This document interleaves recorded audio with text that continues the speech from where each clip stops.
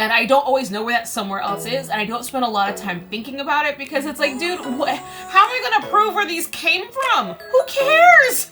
And this video is a response video to Avalon Cameron's recent YouTube video where she talked about what it felt like to be psychic. I wanted to kind of just like talk a little bit about the feels, the nuts and bolts as to like what goes on in my talent, my skill set, what goes on. I don't know if that's something that we haven't really spent a whole lot of time talking about. We just produce, right? We just produce evidence, we just produce feelings, we just produce information, we just produce. So having a chance to actually talk about how it feels in this head or feels in our body to do our skill, to practice and play, I think that's brilliant. I think it's brilliant. So thank you, sweet Avalon. I appreciate that. So the way that I think about my talent or my skill set is if we identify clairs, I think of myself as very clairaudient, claircognizant, and a touch of clairempathy. And so for me, my clairaudient is a perpetual thing for me.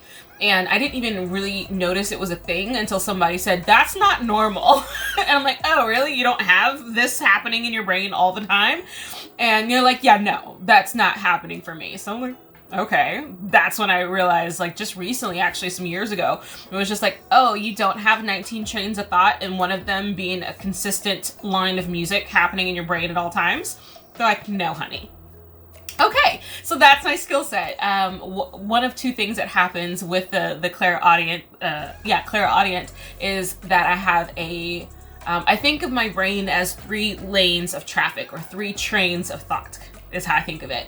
I have my first one, which is my day-to-day. I'm thinking about me, myself, what it is I'm doing, what it is I'm working on. And then I have a secondary thought, which is sometimes in response to the first. Sometimes it's kind of like the bickering back and forth, right? But sane-wise. Like these are the sane voices in the head. And then there is this third line of thought that is it's always music. Well, excuse me, it's not always music. It's either music or it's sentences. Full sentences. Full paragraphs, conversations. It feels like someone has picked up the phone and injected me into the conversation. Like that's generally what it feels like. I hear it loudest in the morning when I'm just waking up, and it'll just be talk about somebody's boots or something else or another, or an electrician that has to be referenced or called or picked up or something. But there's these full lines of clear as day words that I could jot down, and I may actually do that one day of just sitting there for a while, just writing down the words that show up in my head, because it's full on clear conversation going on in there. And it's not a burden, it's not annoying, it's just there. It's just there.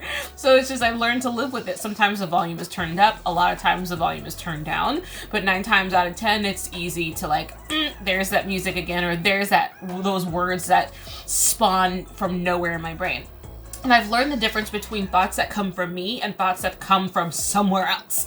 And I don't always know where that somewhere else is, and I don't spend a lot of time thinking about it because it's like, dude, how am I gonna prove where these came from? Who cares? Unless they have some value to the work that I do, then whatever. I'm not even worried about it. So I've learned though, like I know where my thought has my internal thought compass has like a trail. You know, you have your sponsoring thought, and then you have your thought that leads off from that, and then you have the thought that jumps to that, and to this, and then that whole charade, right? So that shows me where the difference is between my thoughts and the thoughts that's coming from outside of myself. So I just accept it for my other talent, especially when I'm a working tarot reader. So as claircognizant, so that's often I think of it like the delivery of information, the delivery of knowledge into the brain that answers a question or is just a knowing. And Avalon had mentioned that she's very much that way too, where she's just like, oh, I can read through you, I can see that, I know that you used to be blah blah blah, and me too, right there. And it's kind of fun, but of course you can never like really go up and validate it. Sometimes you can, because then you're like, I told you that was gonna happen. But often it's more like you're out at the grocery store and you're like, ooh, I know what you did before you came. You're gross, and you want to run away. Or you see a child and you see their relationship with their favorite toy and how they're you know, in space in that moment, and you're kind of right there with them. Or you understand that that poor person just lost their dog and they're having like all these feels. So it's like sometimes you just know. Sometimes you just know. And it's interesting. It's fun. It's interesting.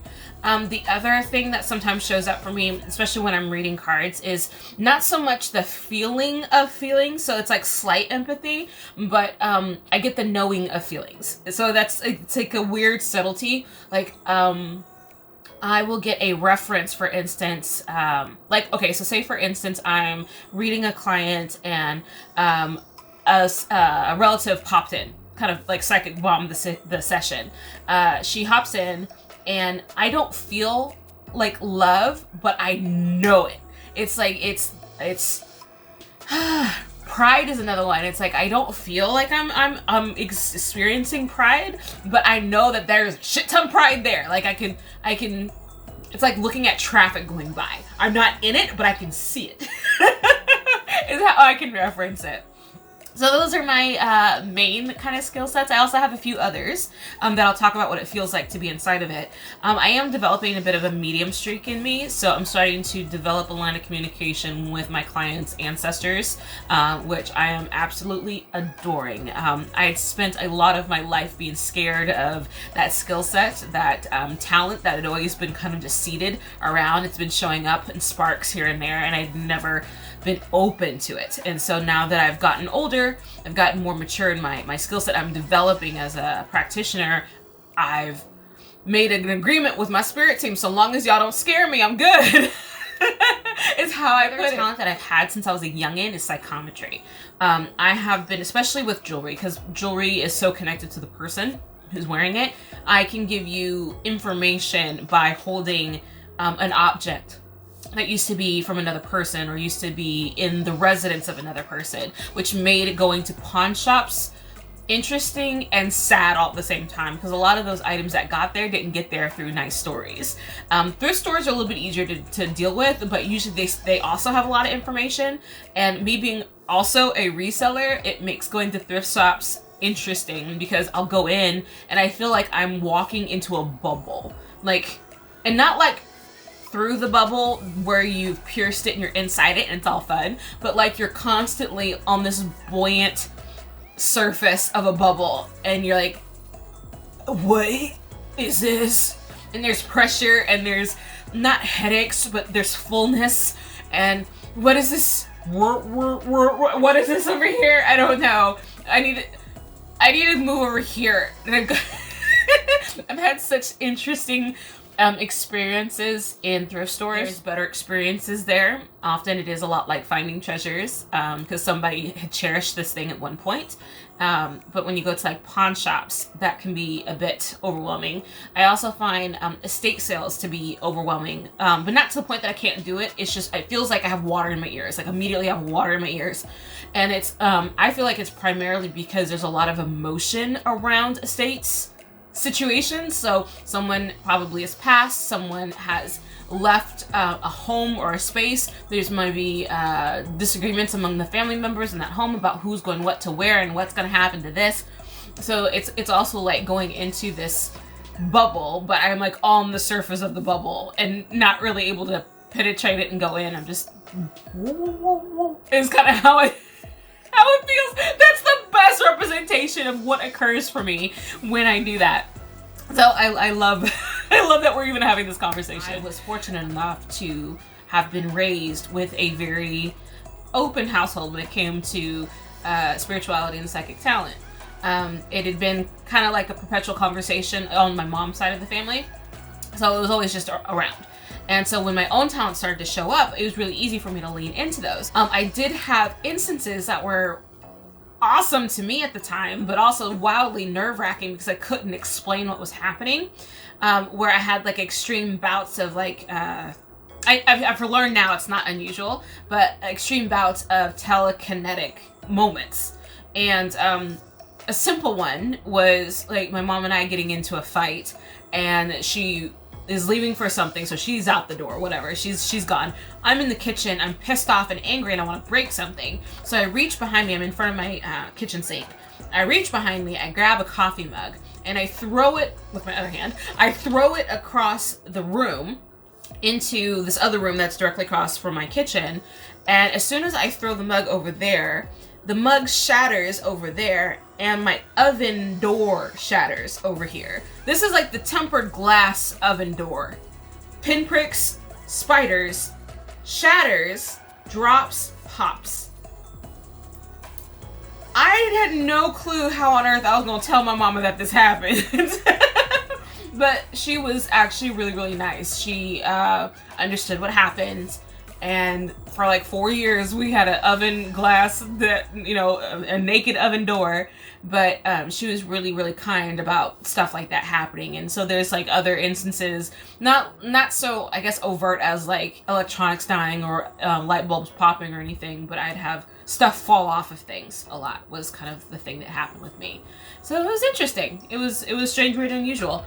But I was grateful to grow up in a household that was open to these things and all of these talents and all of these skill sets. I found my home in tarot, and I absolutely adore cards to the point that I now sell and resell cards. I design products for card readers, so tarot readers. I have my own practice, and I am living a life that I'm so damn proud of. And it's all because it's like I was finally willing to lean in and develop and crack open my intuition. So yeah, how does it feel to be psychic? Interesting. Oh my goodness. If you have any questions about my psychic skill set or anything that I mentioned, please feel free to leave me a comment below. You all take care.